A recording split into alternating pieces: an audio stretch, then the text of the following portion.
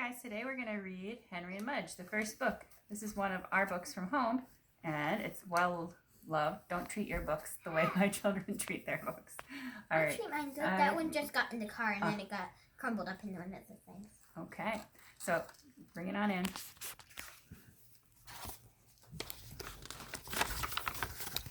Henry and Mudge, their first book of adventures. This is by Cynthia Ryland, and this is on Libby, the Libby app. You can get it from the Mohawk Valley Library System. You can listen to all the Henry and Mudge stories. And the table of contents alternate between Henry and Mudge.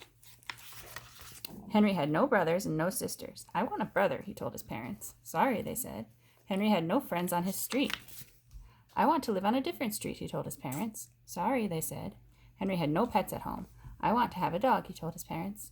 "Sorry," they almost said, but then they looked at their house with no brothers and sisters, and they looked at their street with no children, and they looked at Henry's face. And then they looked at each other. "Okay," they said. "I want to hug you," Henry told his parents, and he did.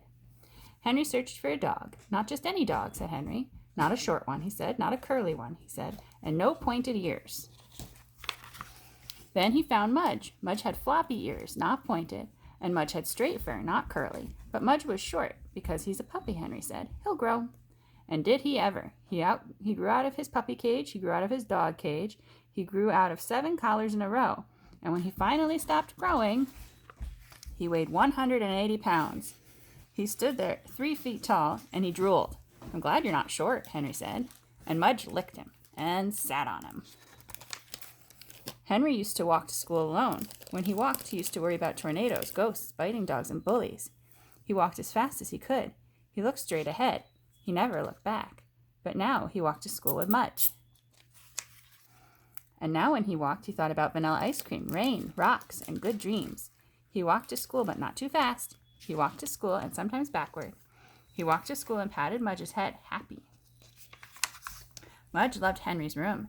He loved dirty socks. He loved the stuffed bear. He loved the fish tank. But mostly he loved Henry's bed. Because in Henry's bed was Henry. Mudge loved to climb in with Henry. And he loved to smell him. He smelled his lemon hair. He smelled his milky mouth. He smelled his soapy ears. He smelled his chocolate fingers. Then he put his head by Henry's head. He looked at the fish tank. He looked at the bear. He looked at Henry. He licked him, and he fell asleep. One day, Mudge took a walk without Henry. The sun was shining. The birds were flying. The grass smelled sweet. Mudge couldn't wait for Henry, so he left. He went down one road, sniffing the bushes, then went down another, kicking up dust, and he went through a field, across a stream, into some pine trees, and when he came out on the other side, he was lost. He couldn't smell Henry. He couldn't smell his front porch. He couldn't smell the street he lived on. Mudge looked all around and didn't see anything or anyone he knew. He whined a little, alone without Henry. Then he lay down, alone without Henry. He missed Henry's bed. Henry thought about Mudge. Henry thought Mudge would always be with him, always. He thought Mudge made everything safe. He thought Mudge would never go away. And when Mudge did go away, when Henry called and called but Mudge didn't come, Henry's heart hurt and he cried for an hour. But when he finished crying, Henry said, "Mudge loves me. He wouldn't leave. He must be lost." So Henry walked, and he called, and he looked for his dog Mudge. He walked down one road, then down another road. The sun shone as Henry ran through a field, calling and calling. The birds flew past as he stood beside a stream, calling and calling, and the tears fell again as he looked at the empty pine trees for his lost dog. "Mudge," he called one last time.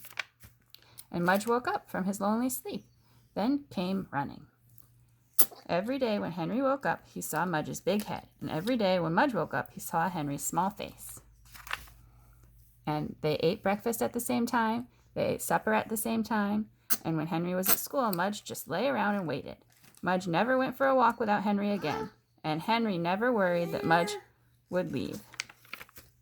Because sometimes in their dreams, they saw long, silent roads, big, wide fields, deep streams, and pine trees. In those dreams, Mudge was alone and Henry was alone. So when Mudge woke up and knew Henry was with him, he remembered the dream and stayed closer. And when Henry woke up and knew Mudge was with him, he remembered the dream and the looking and the calling and the fear and he knew he would never lose Mudge again. So sweetie. And that's our Mudge. That's Nush. And she is not curly. A little curly. She is not small. Her name is Anushka.